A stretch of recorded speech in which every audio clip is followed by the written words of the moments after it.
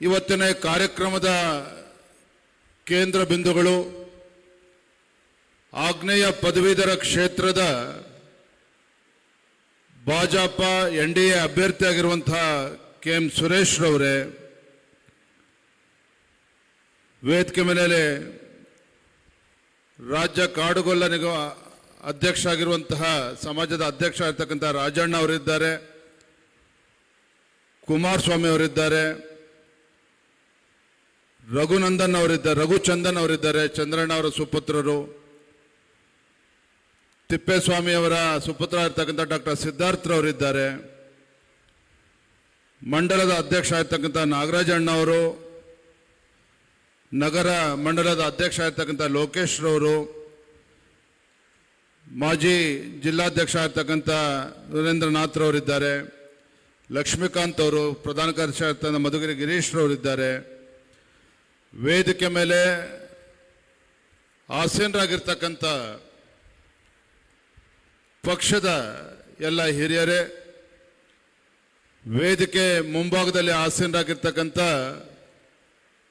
ಪಕ್ಷದ ಎಲ್ಲ ಶ್ರದ್ಧೆಯ ಹಿರಿಯ ಕಾರ್ಯಕರ್ತ ಬಂಧುಗಳೇ, ತಾಯಂದಿರೇ,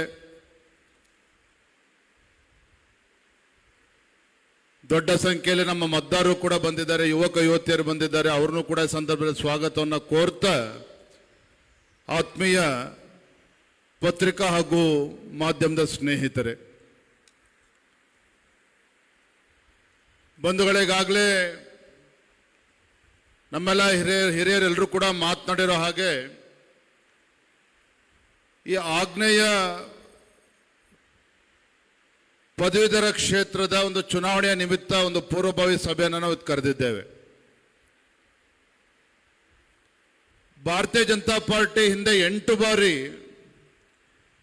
ಈ ಕ್ಷೇತ್ರವನ್ನ ನಿರಂತರವಾಗಿ ಪ್ರತಿನಿಧಿಸಿಕೊಂಡು ಬಂದಿರತಕ್ಕಂಥದ್ದು. ಪದವೀಧರ ಕ್ಷೇತ್ರ ಇರ್ಬೋದು, ಶಿಕ್ಷಕರ ಕ್ಷೇತ್ರ ಇರ್ಬೋದು, ಇದರ ಪ್ರಾಮುಖ್ಯತೆ ಏನಪ್ಪಾ ಅಂತ ಹೇಳಿದ್ರೆ,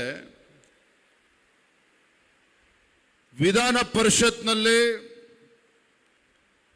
ನಮ್ಮನ್ನ ಸರಿಯಾಗಿರ್ತಕ್ಕಂಥ ಒಂದು ಸೂಕ್ತ ವ್ಯಕ್ತಿಗಳಲ್ಲಿ ಪ್ರತಿನಿಧಿಸಬೇಕು. MLC ಆಗಿ ನಮ್ಮ ಸಮಸ್ಯೆಗಳಿಗೆ ಸ್ಪಂದನೆ ಮಾಡ್ತಕ್ಕಂಥ ಯೋಗ್ಯ ವ್ಯಕ್ತಿಗಳು ಇವತ್ತು ವಿಧಾನ ಪರಿಷತ್ಗೆ ಬರಬೇಕು.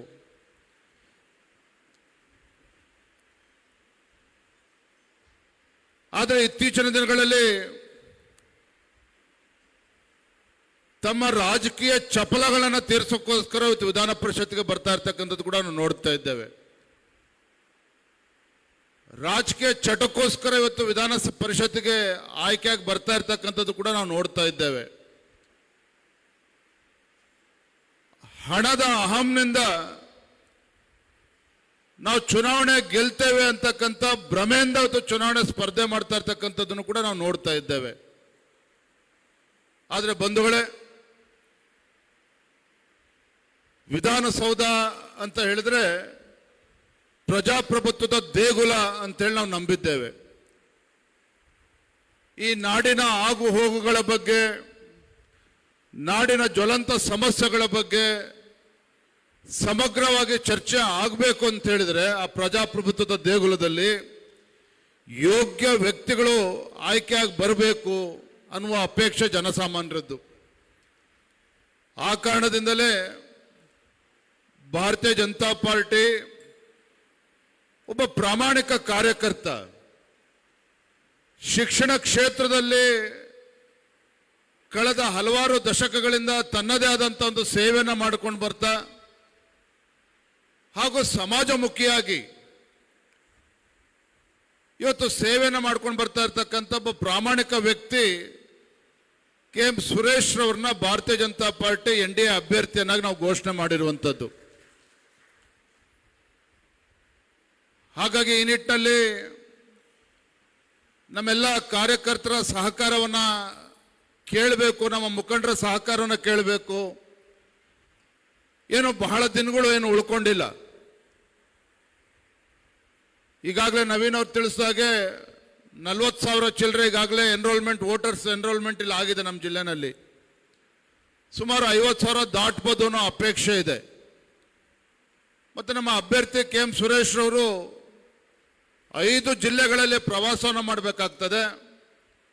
33 ವಿಧಾನಸಭಾ ಕ್ಷೇತ್ರಗಳನ್ನು ಒಳಗೊಂಡಿರ್ತಕ್ಕಂಥ ಈ ಪದವೀಧರ ಕ್ಷೇತ್ರವನ್ನು ಸುತ್ತಬೇಕಾಗ್ತದೆ.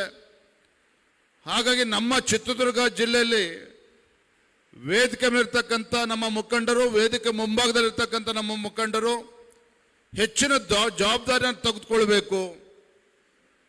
ಆ ನಿಟ್ಟಿನಲ್ಲಿ ಇವತ್ತು ಚಾಲನೆ ಕೊಡಬೇಕು ಅಂತೇಳಿ ನಾನು ಬಂದಿದ್ದೇನೆ. ಬಂಧುಗಳೇ,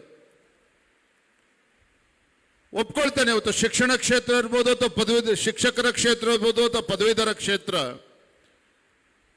ಕಾಂಗ್ರೆಸ್ ಪಕ್ಷ ಅಧಿಕಾರದಲ್ಲಿ ಇದ್ದಾಗಲೂ ಸಹ ಭಾರತೀಯ ಜನತಾ ಪಾರ್ಟಿ ಜಯಬೇರಿಯನ್ನು ಬಾರಿಸ್ಕೊಂಡು ಬಂದಿದೆ. ಆದರೆ ಇವತ್ತು ಪರಿಸ್ಥಿತಿ ಬದಲಾವಣೆ ಆಗ್ತಾ ಇದೆ. ಆಡಳಿತ ಪಕ್ಷನೂ ಕೂಡ ಸಾಕಷ್ಟು ಮತದಾರರನ್ನ ಎನ್ರೋಲ್ಮೆಂಟ್ ಮಾಡಿಸುವಂತ ಕೆಲಸ ಕಳೆದ ಹಲವಾರು ತಿಂಗಳುಗಳಿಂದ ಮಾಡ್ಕೊಂಡು ಬಂದಿದೆ. ಇನ್ನು ಕೆಲವು ತಿಂಗಳುಗಳೇನು ಉಳಿದಿದ್ದಾವೆ, ಆ ಸಮಯದಲ್ಲಿ ನಾವು ಕೂಡ ಆ ಪ್ರಕ್ರಿಯೆಯನ್ನ ಚುರುಕುಗೊಳಿಸಬೇಕು, ಪೂರ್ಣಗೊಳಿಸ್ತಕ್ಕಂಥ ಕೆಲಸ ಆಗಬೇಕು, ಮತದಾರ ಎನ್ರೋಲ್ಮೆಂಟ್ ಕೂಡ ಆಗಬೇಕು. ಅದರ ಕಡೆನೂ ಕೂಡ ನಾವು ಗಮನವನ್ನು ಕೊಡಬೇಕು. ನಮ್ಮ ಅಪೇಕ್ಷೆ ಇರುವಂಥದ್ದು, ನಾನು ನಿನ್ನೆ ದಾವಣಗೆರೆ ಜಿಲ್ಲೆನಲ್ಲೂ ಕೂಡ ಎಲ್ಲ ಪ್ರಮುಖರ ಜೊತೆ ಚರ್ಚೆ ಮಾಡಿದಾಗ ದಾವಣಗೆರೆ ಜಿಲ್ಲೆ ಎಲ್ಲ ನಮ್ಮ ಮುಖಂಡರು, ಕಾರ್ಯಕರ್ತರು ಈ ಚುನಾವಣೆಯನ್ನು ಒಂದು ಸವಾಲಾಗಿ ಸ್ವೀಕಾರ ಮಾಡಿದ್ದಾರೆ. ನಮ್ಮೆಲ್ಲ ವ್ಯತ್ಯಾಸಗಳನ್ನು ಮರೆತು ನಾವು ಒಟ್ಟಾಗಿ ಒಂದಾಗಿ ಸುರೇಶ್ ಅಣ್ಣವರ ಪರವಾಗಿ ಅತಿ ಹೆಚ್ಚು ಮತಗಳನ್ನು 80% ಮತವನ್ನು ಕೊಡಿಸ್ತೇವೆ ಅನ್ನೋ ಸಂಕಲ್ಪವನ್ನು ಕೂಡ ಅಲ್ಲಿ ಮುಖಂಡರು ಮಾಡಿರುವಂಥದ್ದು. ಚಿತ್ರದುರ್ಗ ಜಿಲ್ಲೆ ಭಾರತೀಯ ಜನತಾ ಪಾರ್ಟಿಯ ಭದ್ರಕೋಟೆನೂ ಕೂಡ ಹೌದು.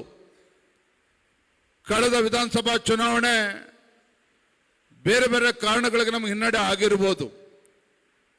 ಆದರೆ ಲೋಕಸಭಾ ಚುನಾವಣೆಯಲ್ಲಿ ಮತದಾರರು ಮತ್ತೆ ನಮಗೆ ಕೈಯನ್ನು ಹಿಡಿದಿದ್ದಾರೆ, ನಮಗೆ ಆಶೀರ್ವಾದ ಮಾಡಿದ್ದಾರೆ.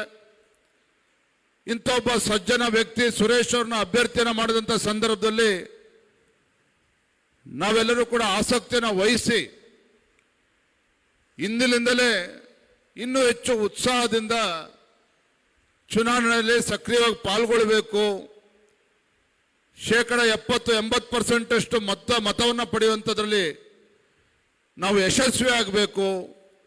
ಆ ನಿಟ್ಟಿನಲ್ಲಿ ತಮ್ಮೆಲ್ಲರಲ್ಲೂ ಕೂಡ ವಿನಂತಿ ಮಾಡಬೇಕು ಅಂತೇಳಿ ನಾವು ರಾಜ್ಯದ ಅಧ್ಯಕ್ಷನಾಗಿ ಇಲ್ಲಿ ಬಂದಿದ್ದೇನೆ. ಬಂಧುಗಳೇ, ನನಗೆ ಸಂಪೂರ್ಣ ವಿಶ್ವಾಸ ಇದೆ ತಾವೆಲ್ಲರೂ ಸಹ ಈ ಒಂದು ಪರೀಕ್ಷೆಯಲ್ಲಿ ಯಶಸ್ವಿ ಆಗ್ತೇವೆ. ನಿಮ್ಮ ಎಲ್ಲರ ಸಹಕಾರ ಸಿಕ್ಕೇ ಸಿಗ್ತದೆ, ನಾವು ವಿಶ್ವಾಸ ನಮ್ಗೆ ಸಂಪೂರ್ಣವಾಗಿದೆ.